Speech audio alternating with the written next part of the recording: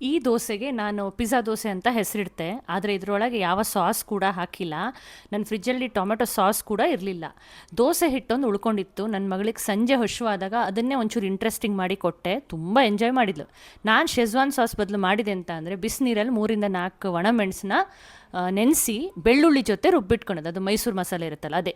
ಆಮೇಲೆ ದೋಸೆಯನ್ನು ಹಾಕಿಬಿಟ್ಟು ಈ ಮಸಾಲ ನಾ ರುಬ್ಬಿರೋ ಪೇಸ್ಟ್ ಇರುತ್ತಲ್ಲ ಹಸಿಮೆಣಸಿದ್ದು, ಸ್ವಲ್ಪ ಖಾರ ಕಮ್ಮಿ ಹಾಕಿದ್ದೆ, ಅಂದರೆ 2 ಮೆಣಸು 2 ರಿಂದ 3 ಹಾಕಿದ್ದೆ. ಅದನ್ನು ಬೇಯಿಸ್ತರ ಅಪ್ಲೈ ಮಾಡಿಕೊಂಡೆ. ಅದೇ ಒಂಥರ ಶೆಜ್ವಾನ್ ಫೀಲ್ ಕೊಡುತ್ತೆ.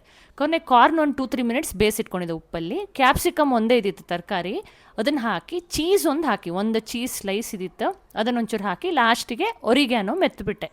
ಸೊ ಅದು ಒಳ್ಳೆ ಪಿಜ್ಜಾವಲ್ಲ ಫೀಲ್ ಕೊಡುತ್ತೆ.